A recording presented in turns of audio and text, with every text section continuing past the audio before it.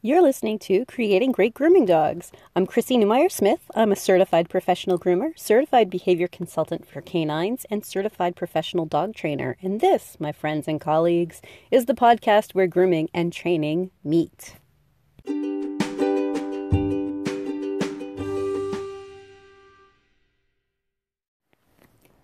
I'm starting this podcast because there needs to be more communication between a wide variety of dog professionals and dog owners. It'll help get us all up to date in making positive changes for the dogs. Grooming is a complicated issue because there are so many things that we do during grooming, but a dog that knows how to be good for grooming is going to have a better time at the vet's office. They're going to have an easier time with their own owners, keeping them clean, keeping their eyes clean, maybe giving medications. So if we can all start talking together and being on the same page, then we can start making some really great changes for these dogs. Grooming starts with talking to our customers. I think that it's very important for us to explain to our customers ahead of time what to expect from a grooming, especially if we've never met the dog. But if we know the dog has problems, I tell all of my customers about my safety policy. And if you are a groomer, I would like for you to implement a safety policy that you explain to customers ahead of time. But let me tell you a little bit what I tell my own customers, is that if at any time your dog starts getting really antsy, really worked up, afraid, aggressive, or even overly silly, I'm going to take the time to back off and calm your animal down. And that's for teaching them to be good for the future. But it's also a safety issue because we are using sharp tools. We're using sharp tools. We're up on a raised surface. There are lots of ways for a dog to get hurt or a groomer to get hurt. And a calm dog is necessary. So when I tell them ahead of time, now we can open a dialogue about, well, what are we going to do if my dog isn't calm? And I also can tell them more about how we handle that. So a dog that isn't calm, I'm going to calm them down because I'm working toward long-term progress. I want them to be calm and cooperative and think that this is not scary. When we push a dog too far, what happens is that they're left thinking that was scary, that was uncomfortable, that was, upsetting. So by working on it right now in this particular grooming session and working on progress during this grooming session, we're building for the future. And when I explain it to owners how helpful it can be for them, that this is for you, this is so that your dog can learn how to be better for grooming, for vet visits, for their own handling at home, to be able to, wipe off feet, clean out eye boogies, brush. So when we're talking to them about calming the dog down, I want you as groomers to also be remembering that they're paying us for our time. At that point, it's no longer about if this grooming is perfect. We're not selling perfect trims to dogs with behavior problems. We can save our perfect trims for dogs who are letting us do our job, right? I want you to be thinking in terms of, I am a dog groomer, and I am here to put a nice trim and to take care of your dog on dogs that are good. I'm going to give you a parallel here because I think most of us would not put a trim over mats, right? There's no, the customer's always right. We're like, no, I can't put a trim over mats. That's not safe. That's not healthy. We can't do that. No, I'm not going to make him look cute and leave matted fur underneath. And I want you to parallel that with, I'm not going to try to do a perfect trim over a behavior problem, because that is also not safe. That is not healthy. So we can get out of this whole, the customer's always right, and instead start thinking, okay, I'm going to help you get this dog to be good for the future because we're going to be grooming this dog for 15 years. That's usually the baseline I tell my customers. Okay, the next 15 years of your dog's life, I want those groomings to be something that your dog can handle. So tell them that they're spending your time. They'll still have to pay for grooming. It's not about if the dog is perfect, but we are planning on the future. We're trying to make your dog better. And I look for progress during every single grooming. And I will teach you more about that. We'll talk a lot more about that. But for right now, be thinking, if you present it in the beginning as a safety policy, a lot of your problems will go away later when you're thinking, oh, shoot, what do I charge them? I mean, I really couldn't get him done. And, because he was a little bit crazy, so he's not really finished. And should I charge them more because he was hard? And I find groomers really struggling with this. And like they end up charging $5 extra or something, which is ridiculous. Right, I'll be honest, it's ridiculous because you are working with a dog who is so much harder than what you should have to work with, right? You're here to do trims on dogs who will let you do your job. Dogs who are worked up, dogs who are aggressive, dogs who are overly silly, whatever the problem may be, is pushing your skills even further. Don't charge less for that, right? So if you have already talked to them ahead of time, you're telling them, I have a certain amount of time in my day allotted for your dog, and I'm going to spend that time with them if I can. If it's a dog that you have to send home, early, then of course adjust your pricing. But don't charge $5 extra. I worked for one groomer a long time ago, and I was making commission there, and they would put like a $5 surcharge on. And I was thinking, I'm making commission on $5. So that 45 minutes extra 45 minutes I spent on that dog got me a cup of coffee. That's crazy, right? Nobody works for that kind of cheap money, right? And those owners didn't appreciate it because they actually didn't understand, like they're still thinking they're buying a trim. And we don't have a trim to sell. We're selling a service. So if we get them into the idea that, well, this is the service I offer, but your dog is more work because of this behavior problem, then we can also prepare them for, this is how we can avoid this problem in the future. This is how we can work on it right now. I would like you to have an idea of a trainer locally that you can send dogs to if they're having problems. Of course, I would like for groomers to have more knowledge on how to handle the dogs who are having a problem, but to be able to work on making this dog better for grooming and to prepare the owners ahead of time so that you're still making your money, right? You don't give that away for free. If they're really like, I'm not going to pay a groomer to train my dog, then you tell them, excellent. The first sign of a problem, I send your dog home and you and your trainer can work on that and bring him back when he's better prepared. Because grooming is not training. You can add that if you choose to, which I'd like for you to choose to, but don't give it away and don't assume that you have to get that dog done. In fact, many, many times that's how we as groomers get hurt. We're trying to get it done. We're trying to get it done on a dog who is struggling. And what happens is that either a dog bites or they twist their leg or they fling up against us and end up, hurting us, hurting our back. Like there's a lot of ways to get hurt in a grooming shop. Most owners need to understand that. They really don't have a clue. So educating our owners is the first step toward teaching dogs to be good for grooming. And when we have a more educated client base and they know, all right, if he's silly, they're going to work with him and help him be a better dog for future groomings. I don't have a problem selling that. Owners, you'd be surprised. Owners, if we take the time to explain it, they're like, oh, well, yeah, naturally, that makes sense to me. There are a number of training protocols out there for a variety of individual grooming, handling, and husbandry issues, and some of you guys are doing some fantastic work. Sadly, much of this work doesn't reach the grooming table. And my goal is to help us, trainers, groomers, veterinary staff, owners, to look at these issues in a different way and provide more overlap of behaviors and ultimately less work all around for the dog and for all of us.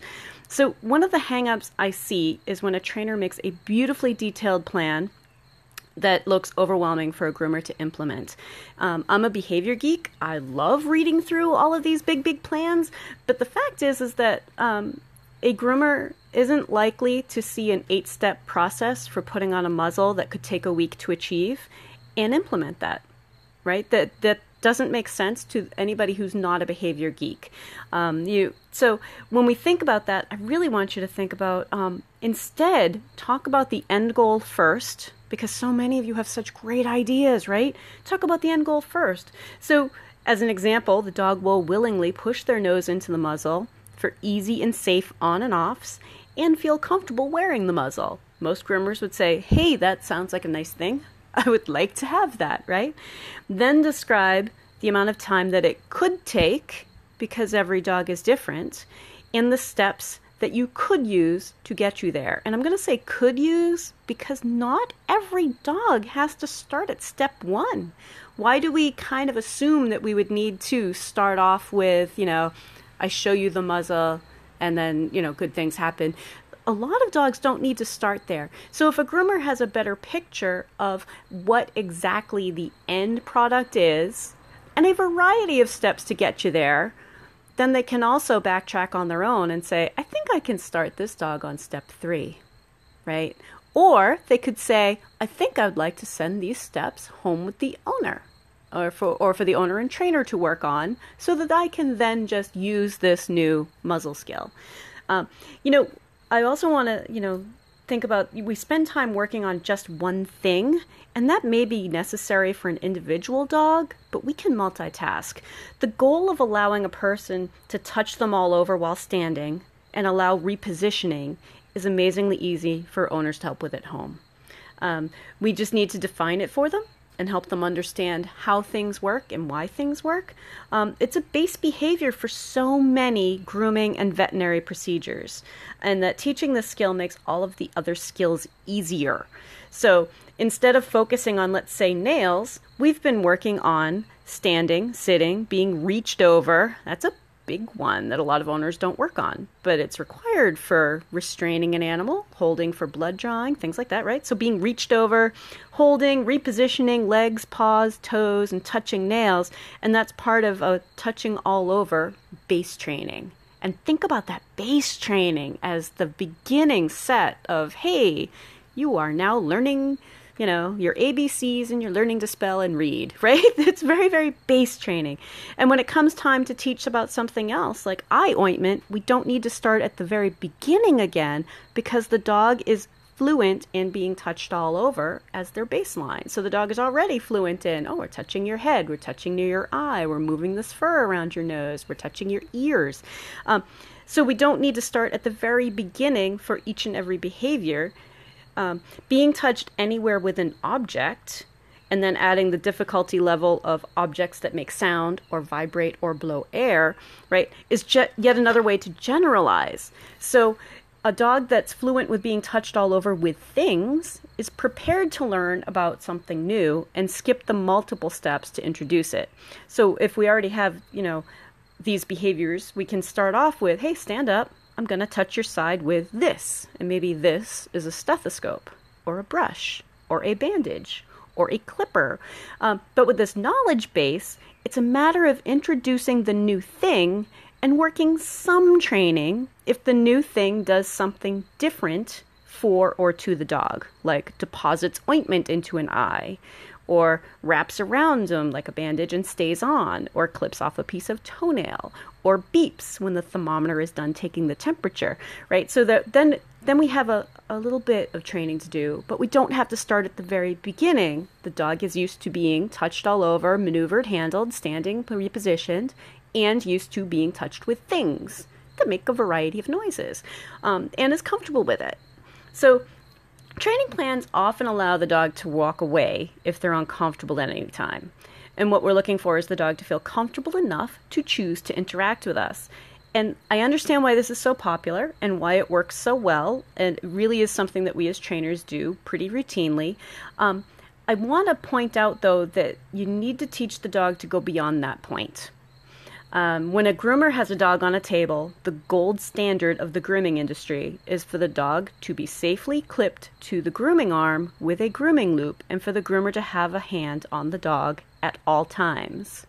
So think about if you're training for not being touched, not for not being touched, but to be able to walk away when you choose to disengage, then we're not really teaching them what they're gonna need to know for safe grooming.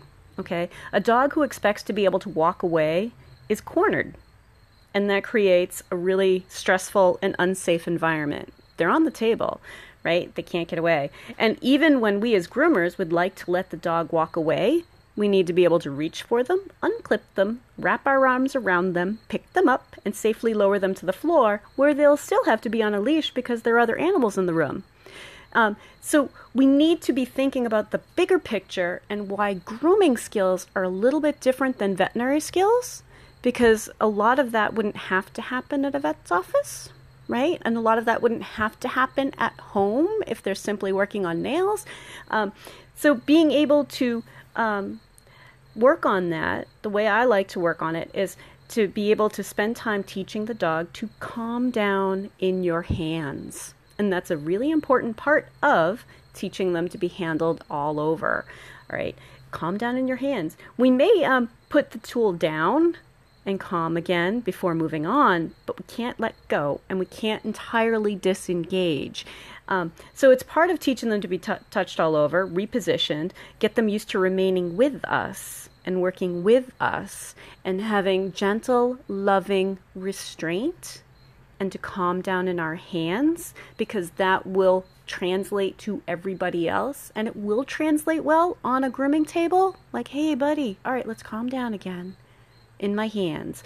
And when we're working on teaching a dog to be handled all over, it's really easy for us to also spend time teaching them an endurance run, teaching them to do it longer than they want to, and helping them calm down in our hands when they need to, before they can walk away. And unlike veterinary behaviors, a grooming session really is a long skill. It's not fast. It's not like we can do 5 minutes. And I'm not trying to belittle veterinary procedures. I was a vet tech. I understand that the whole veterinary procedure, but grooming is an endurance run. Let me give you an example. Just a bath example for a dog who's let's say the dog is sensitive to having their feet handled. They will need to allow the groomers to 1, spray the feet with water, 2, scrub between the toes with soap, 3, spray with water again, 4, scrub with soap again, 5, spray with water again, 6, smooth in some conditioner, 7, spray with water again, 8, squeeze out the water with the hands or a towel, 9, blow with a high velocity dryer, 10, towel off the foot. And many groomers will also do some brushing and combing. That would be 11 skills, or 11 repetitions, or 12 nail trimming and grinding in the tub too. So that's 10 to 12 foot handling behaviors in just the bath, right? So if the dog was unable to walk away or have a hand on them at all times, they're really stressed out. So we can at least teach them, hey, by the way, this is what it is to be having all of this done, and be comfortable with it and be calm in our hands, and that really better prepares them for grooming. So while you're doing your training sessions with dogs, think about adding repetitions and think about adding some variety. So again, with the bath example with feet, by variety I mean that might be while we're holding your paw, we're also taking a comb, or looking at the underside of the paw, looking at the top side of the paw, moving your leg to check the paw, moving the toenail clippers or a file or a grinder. So be thinking about, it's more than just, hey, we're going to touch your paw, and a long pause while we do stuff and click, good job, right? We need to have more than that for the grooming process. Many groomers think that everybody must know that that's how the grooming process works. And I'm not trying to belittle my grooming buddies either, like I see you all as my colleagues. You're all here for a reason. You're all paying attention, and that's awesome, right? But I want you to think that the average trainer has never done a grooming on a dog. You need to think about all of the things that happen. For instance, before the dog is even in the bathtub, they've probably gone through everything on the CGC list, the Canine Good Citizen list, right? They've been walked in on a leash. They've seen dogs. They've seen people. They've been passed off to another person. They've been put in a crate. So many things have already happened before we even get them in the tub. So when I want us to have dogs who can handle more and not have to start at the beginning for everything that we train, it's really going to be important for groomers. It's really going to be important for dog owners. It's really going to be important for the vets and for trainers. Gosh, think about how happy your customers are going to be when you have a broader view of how to help them with their problem, right?